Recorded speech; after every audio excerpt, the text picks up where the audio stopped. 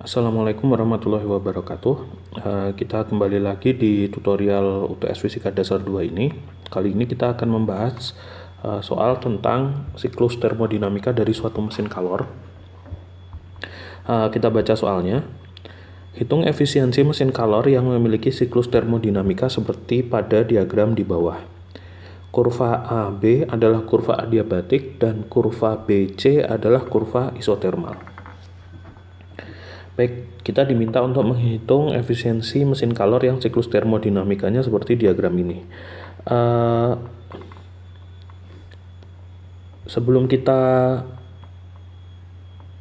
kerjakan, kita perlu definisikan dulu tentang efisiensi itu. Oke. Nah, jadi efisiensi atau kita sebut sebagai epsilon itu adalah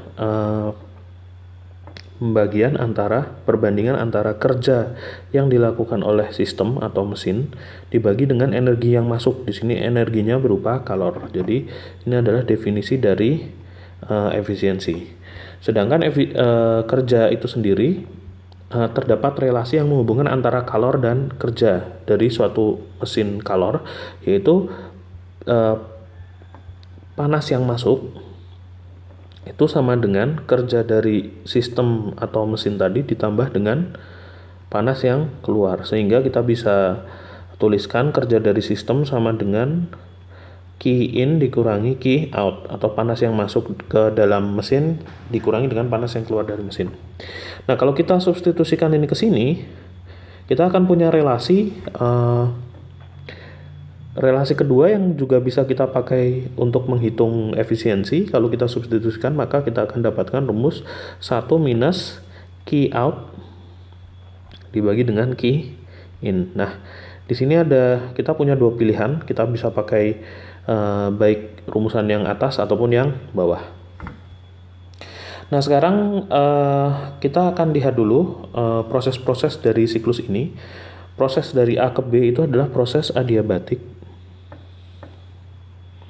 Nah, karena dia proses adiabatik, maka delta Q-nya sama dengan 0. Kemudian proses B ke C itu adalah proses isotermal. Untuk proses isotermal ini delta U-nya adalah yang 0. Nah, kita akan menggunakan asumsi bahwasanya gasnya ini adalah gas ideal. Jadi kalau tidak ada keterangan memakai gas yang seperti apa dari soal, maka asumsinya adalah, di sini kita tulis asumsi. Asumsinya yang dipergunakan adalah gas ideal monoatomik. Kecuali ada keterangan lain ya. Gas ideal monoatomik. Kalau tidak ada keterangan lain, kalau tidak ada keterangan lain, maka kita asumsikan gas yang bekerja sebagai agen kerja di mesin tersebut adalah gas ideal monoatomik.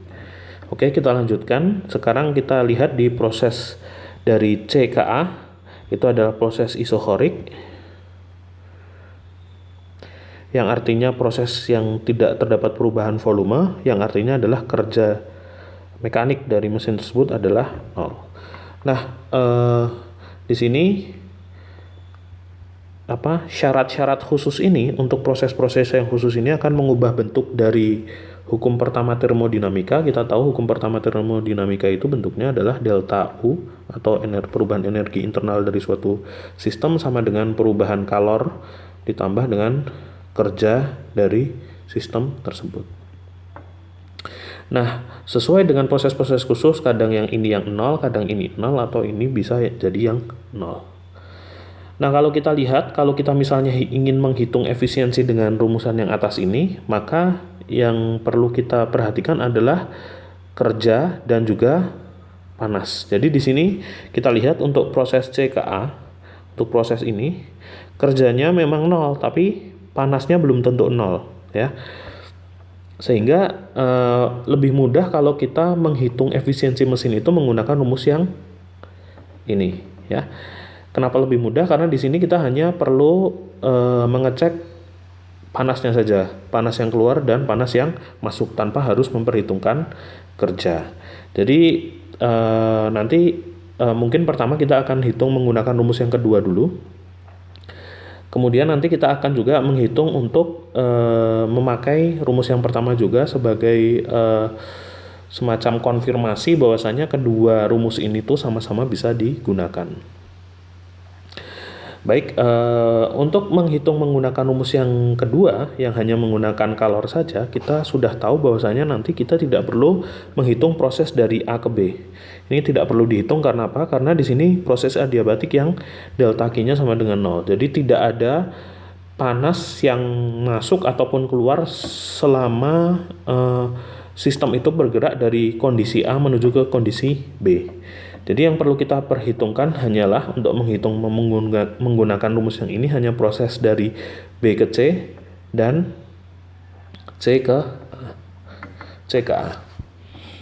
Oke, kita akan analisa dulu proses dari B ke C.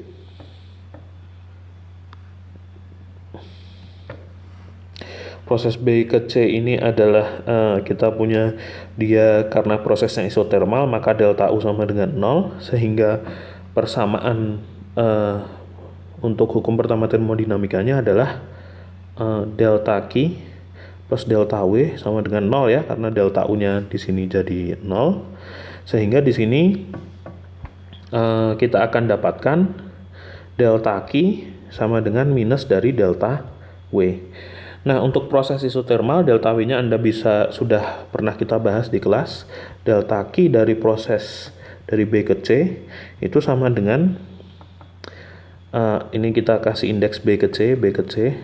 Ini minus nRT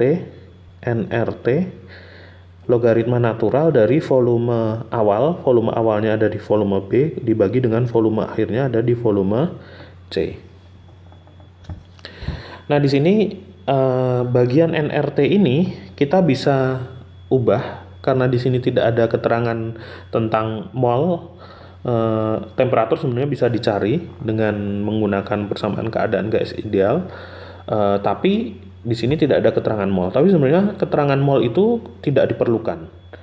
Karena apa? Karena kita bisa gunakan persamaan keadaan gas ideal yaitu PV sama dengan nRT, sehingga saya bisa ubah nRT sama dengan P kali volume. Jadi akan saya ubah rumusnya di sini sama dengan minus tekanan B kali volume B dikali logaritma natural dari volume B dibagi dengan volume C. Nah, kenapa di sini kita pakai yang B? Kenapa tidak pakai yang C misalnya? Jadi sama saja kalau prosesnya itu isotermal, di sini itu adalah konstan.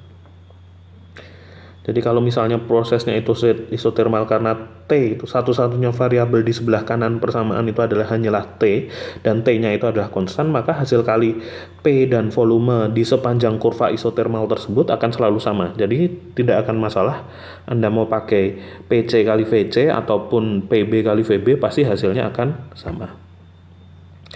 Nah, di sini kita bisa langsung saja masukkan angkanya. Di sini saya punya minus tekanan dari B itu adalah ini 96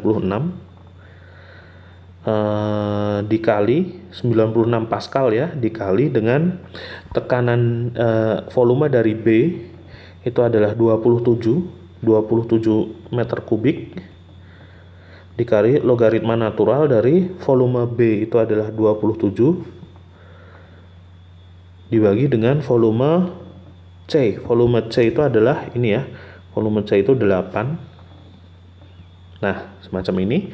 Sekarang kita akan hitung ini menggunakan kalkulator.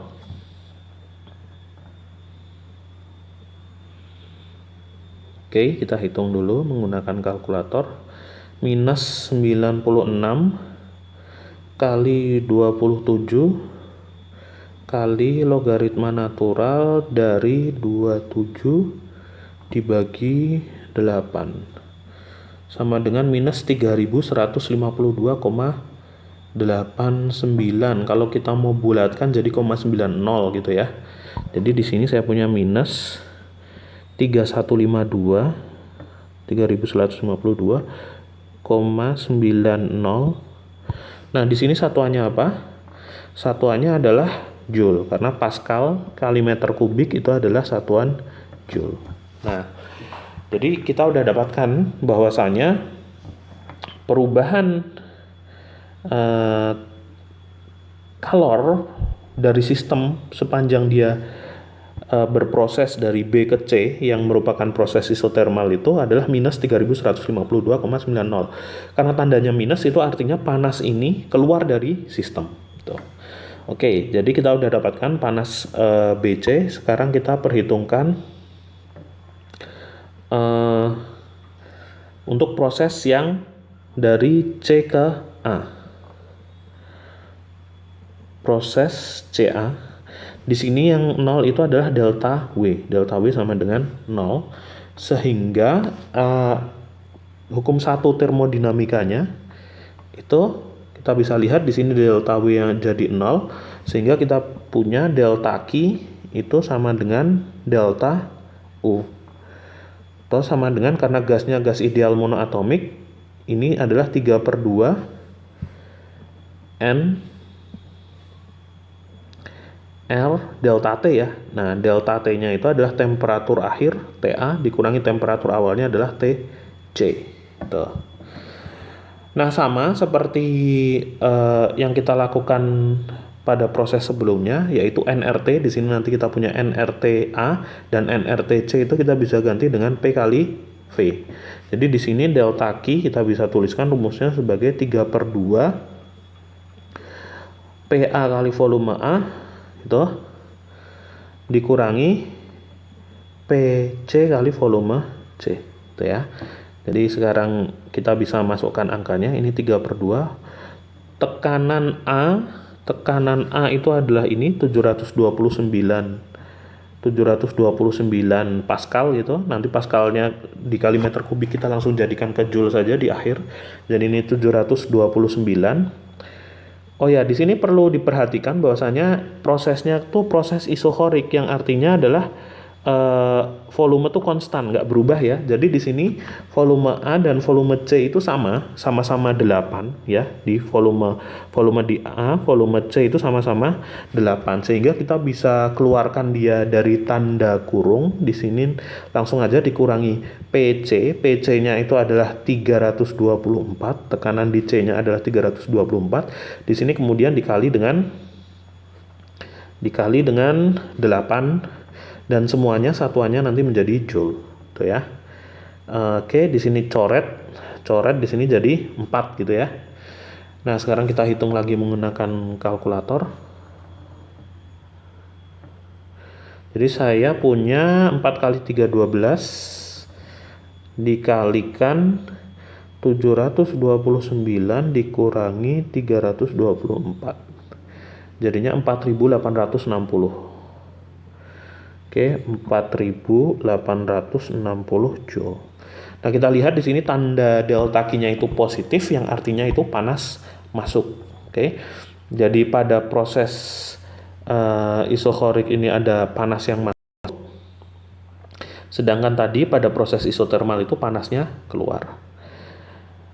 Nah, ini kita bisa tuliskan ini adalah jadi kalau kita mau tuliskan di sini Q in-nya itu sama dengan 4860 Joule, sedangkan Q out atau panas yang keluar itu adalah 300 besarnya ya.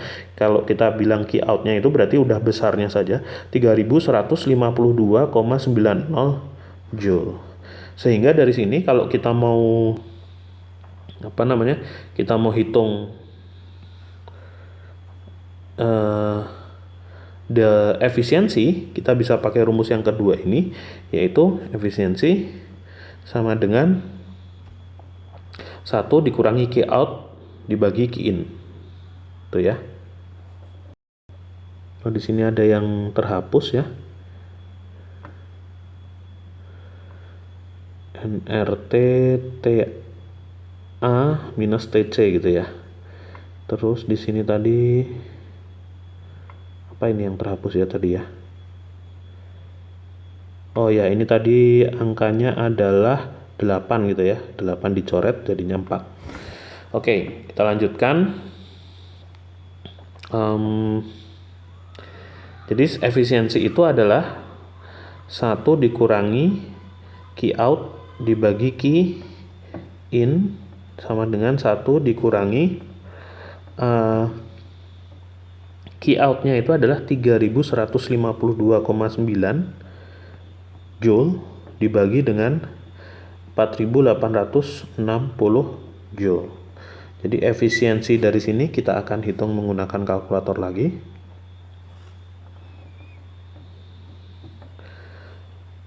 Oke, jadi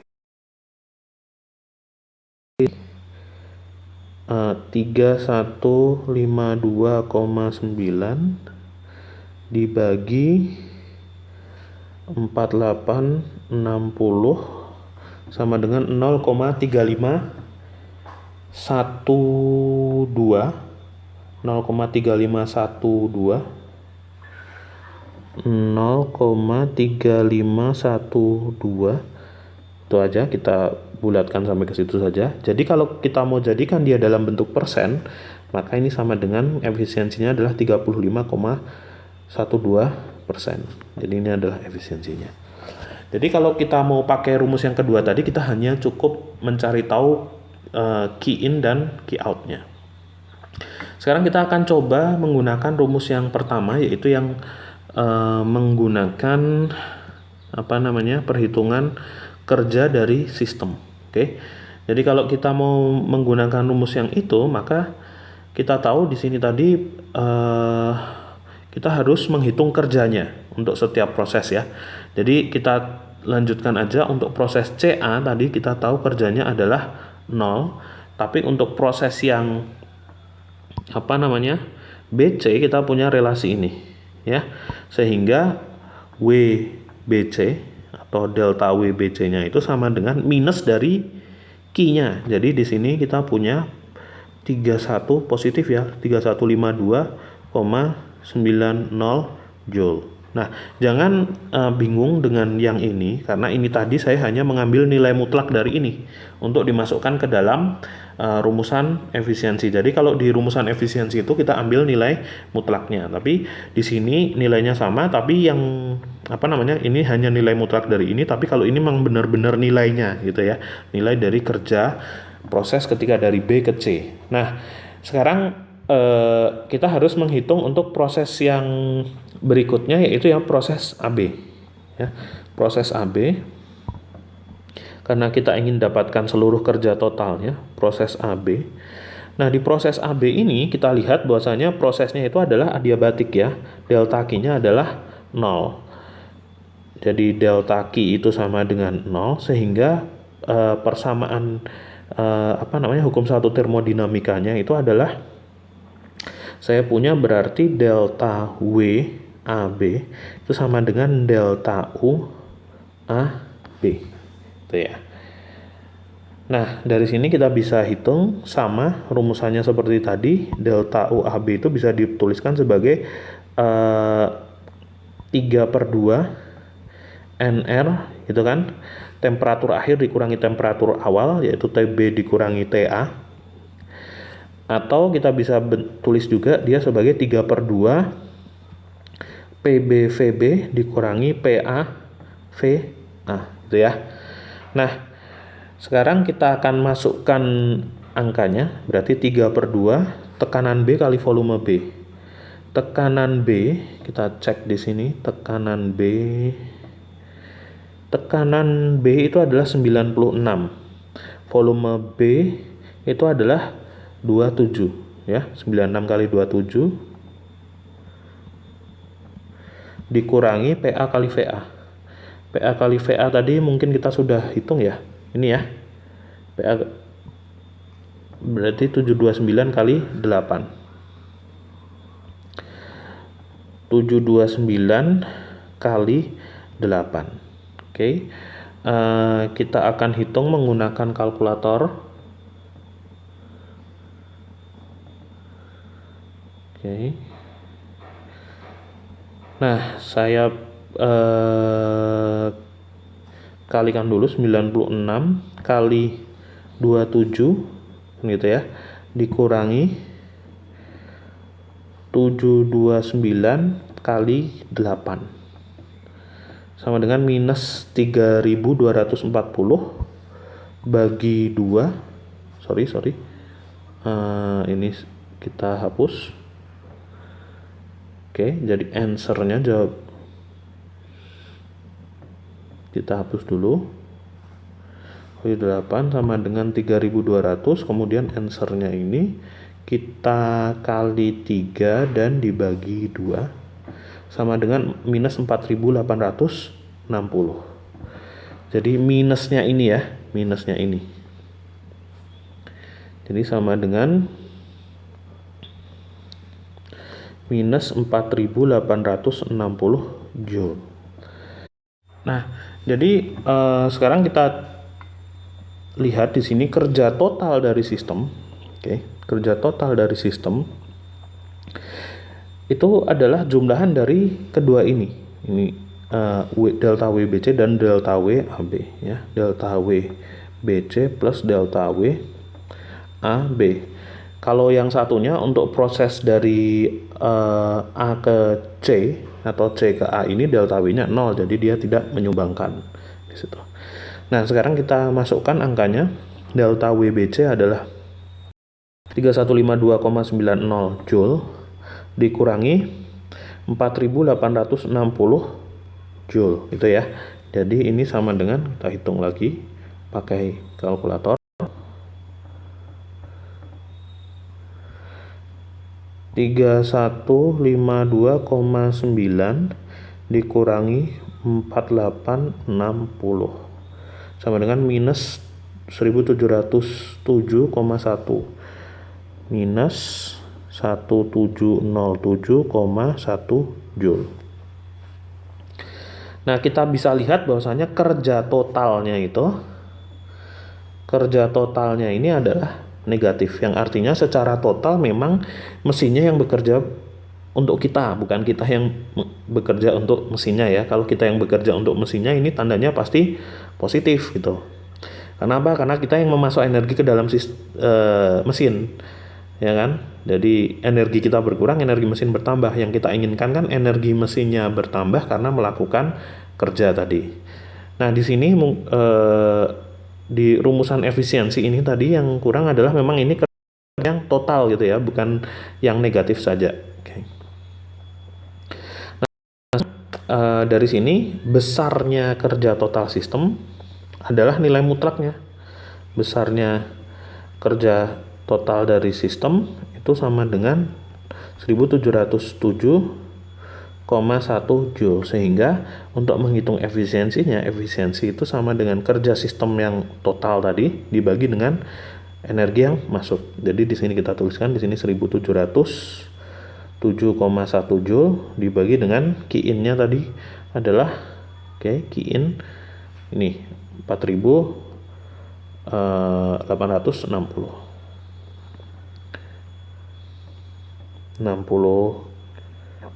Joule. Sehingga kita hitung lagi menggunakan kalkulator.